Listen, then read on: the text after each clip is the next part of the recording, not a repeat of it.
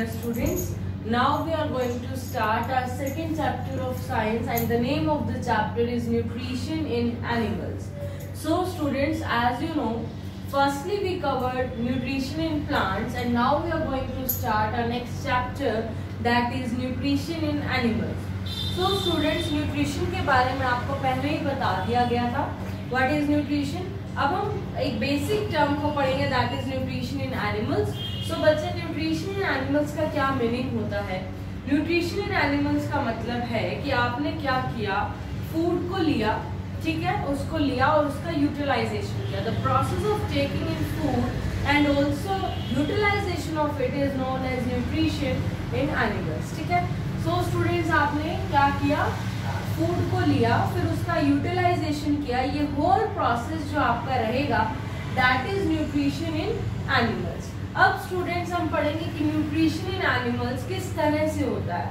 The whole process, the whole idea behind how we can take the food and how the whole food getting be digested in our body and how we get energy from it, the whole concept we are going to start in this particular chapter. So students, nutrition chapter में हम लोगों को deal करना पड़ेगा कुछ basic terms के बारे में. फॉर एग्जाम्पल, हमें पढ़ना पड़ेगा स्टूडेंट्स इंडाइजेशन के बारे में, सॉरी इंजेशन के बारे में. सेकेंड, हमें पढ़ना पड़ेगा बच्चे डाइजेशन के बारे में.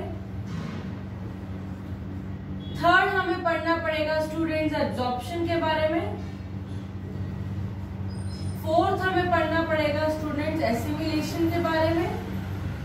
एंड फिफ्थ, हमें पढ़ना पड़ेगा इजेशन के बारे में. So these are the 5 terms जिनका बेसिक आइडिया हमें लेना पड़ेगा, ताकि हम अपने चैप्टर को एक बहुत ही अंडरस्टैंडिंग, एक बहुत ही इजी वे में और एक अचीवेबल तरीके से हम इसको कर पाए. देखो, अगर हम बात करें स्टूडेंट्स इंजेशन की, सो इंजेशन क्या होता है, हमने फूड को लिया. The process of taking food is known as ingestion. Food को लेना क्या है students, ingestion. Our next term is digestion. आपने क्या किया स्टूडेंट्स, फूड को लिया. The food is very complex substance. वो फूड क्या होगा, धीरे धीरे टूटेगा बहुत ही सिंपलर सब्सटेंसेस के अंदर, और फिर वो फूड हमारी बॉडी में डाइजेस्ट होगा. That is called digestion. The process of breaking down of complex substances into the simpler one is known as digestion. Next है बच्चे हमारा absorption. So absorption क्या है dear students? अगर आपने बात किया digestion का, तो digestion में क्या हुआ, आपका जो complex food था students, वो break down हो गया simpler substances में. Now what happened next कि जो simpler substances हैं, that simpler substances will go into the blood. वो सारे सिंपलर सब्सटेंसेस ब्लड के अंदर एंटर करेंगे, बिकॉज अल्टीमेटली जो ब्लड है वो उस डाइजेस्टेड फूड को कैरी करेगा from one organ to all the body parts. Are you getting my point? So what going to be happen, the blood is like a connective tissue. It connect one organ to another organ. So blood is a connective tissue. It connect one organ to another organ. So what going to be happen, whatever be the digested food you have, आपका जो भी digested food है, all the food just enter into the blood stream. वो सारा का सारा food students कहाँ चला जाएगा, ब्लड के अंदर जाएगा. ब्लड उस फूड को एक जगह से कैरी करके दूसरी जगह पे लेके जाएगा.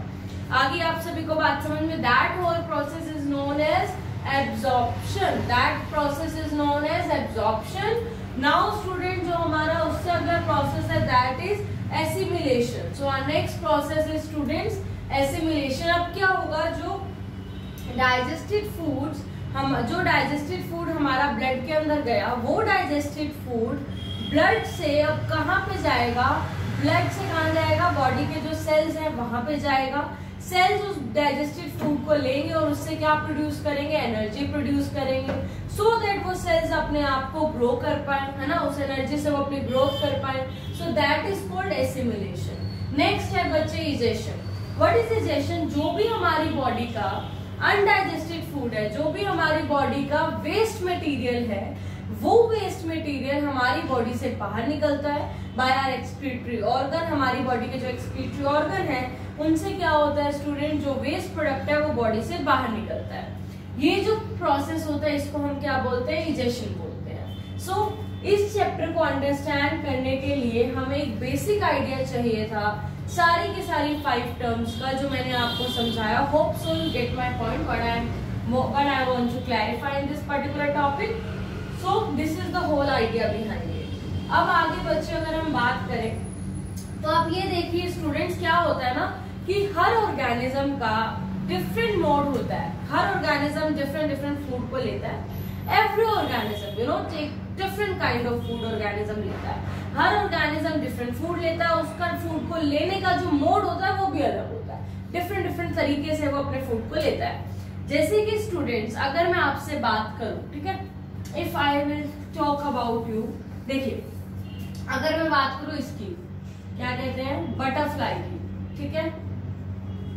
अगर हम बात करें फ्रॉग की, अगर हम बात करें स्नेक की, या हम बात करें गिरगिट की, या हम बात करें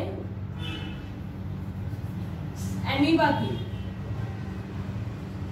सो क्या है स्टूडेंट्स, अगर हम एग्जांपल लें या लिजर्ड की, अगर हम इन सब चीजों का एग्जांपल लें तो आप यहाँ पे देखेंगे that all have different food to eat. हर कोई अपना डिफरेंट फूड खाता है, डिफरेंट तरीके से खाता है। तो every organism has different mode of food and every organism has different food and their mode is also very different। उनका फूड को लेने का जो तरीका है वो भी बहुत ज्यादा डिफरेंट है। जैसे कि अगर मैं बटरफ्लाई की बात करूं, सो आप सभी को पता है कि बटरफ्लाई में क्या होता है, बेसिकली बटरफ्लाई जो है वो फ्लावर के ऊपर लैंड करती है। फ्लावर्स के ऊपर लैंड करने के बाद बटरफ्लाई के माउथ से ट्यूब्स निकलती है। वो ट्यूब क्या करती है, उनके फ्लावर से जो लिक्विड शुगरी सब्सटेंस है उसको सक करती है। Liquid sugary substance present in the flower is known as nectar. That liquid sugary substance which is present in the flower is known as nectar. What butterfly will do? It will land on the flower, suck that liquid substance, ठीक है, through the tubes which is present on their mouth. So butterfly takes nectar. Now students, frog और अगर हम lizard की बात करें, frog and lizard both eat insects through their टंग। ये क्या करते हैं स्टूडेंट, इंसेक्ट को ईट करते हैं किसके थ्रू देयर टंग, ठीक है। सो ये हमने फ्रॉग और लिजर्ड के बारे में पढ़ा। नेक्स्ट है बच्चे स्नेक और गिरगिट ऑल्सो ईट इंसेक्ट्स। स्नेक क्या करता है students, it will feed on the flash of the animal के फ्लैश को ईट करते हैं। या स्नेक जनरली रैट को भी स्नेक ईट करता है एक्सेट्रा, रैट एंड ऑल, इन सब चीजों को जो स्नेक है वो ईट करता है। And what is special about snake, snake जो है पूरे की पूरे ऑर्गेनिज्म को, जिसको भी स्नेक ईट कर रहा है, पूरे के पूरे ऑर्गेनिज्म को डायरेक्टली अपने माउथ के अंदर कंज्यूम कर लेता है। नेक्स्ट है बच्चे हमारे पास एमीबा। तो अगर हम एमीबा की बात करें तो एमीबा क्या करता है, अपने फूड पार्टिकल को इंजेस्ट करता है बाय मेकिंग सूडोपोडिया। जब भी उसके आसपास फूड आता है तो वो क्या करता है, सूडोपोडिया बनाता है। बाय मेकिंग सूडोपोडिया वो फूड को अपने अंदर इंगल्फ करता है। फूड को इंगल्फ करना मीन्स फूड को अपने अंदर लेता है और फूड का डाइजेशन करता है। जैसे कि अगर बच्चे मैं आपको बताऊं, दिस इज कॉल्ड एमीबा, ठीक है।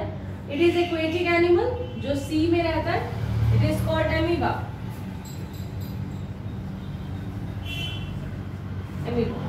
ये स्टूडेंट्स एमीबा है, ठीक है। It is an aquatic animal. ये एमीबा है, ये एक एक्वेटिक एनिमल है जो एक सी वगैरह में मिलेगा, एक्वेटिक है। तो अब क्या होगा, मान लो स्टूडेंट्स इसके आसपास ये आया आपका food particle, this is what food particle, ठीक है। सो ये अमीबा है, फूड पार्टिकल है। अमीबा के अंदर ये क्या होता है स्टूडेंट्स, न्यूक्लियस या इसका साइटोप्लाज्म। साइटोप्लाज्म क्या होता है स्टूडेंट्स, आपने पढ़ा होगा साइटोप्लाज्म पढ़ा है ना फर्स्ट चैप्टर में. Cytoplasm is the liquid substance which surround the nucleus. So student, ये अमीबा है. अमीबा के पास जब भी कोई फूड पार्टिकल आएगा, अमीबा क्या करेगा, एक सूडोपोडिया बनाएगा सो दैट अमीबा क्या कर पाए, उस फूड पार्टिकल को अपने अंदर इंगल्फ कर पाए. So what going to be happen, this shape can be modified into this thing. ये वाली शेप इस शेप में मॉडिफाई होगी and food particle now being inside the amoeba, that is known as pseudopodia. That is pseudopodia.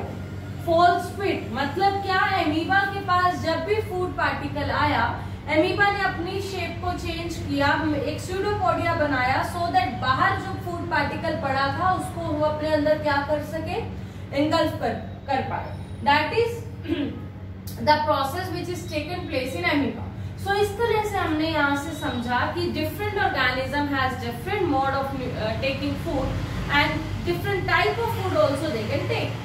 So this is the basic introduction about our chapter that is nutrition in animals. Hope so आपको ये चीज समझ में आई होगी. In our next class, what we will do in tomorrow's class, what we will continue the chapter and we will also learn some interesting facts about the human body, our human digestive system, that how the whole food will be digested in our body and how it will be converted from very complex substance to the simpler one. So it is very interesting. The chapter is going to be very interesting, my dear students. Hope so you get a basic idea of it. If you have any query, you can tell us. So it's all for today. Thank you so much.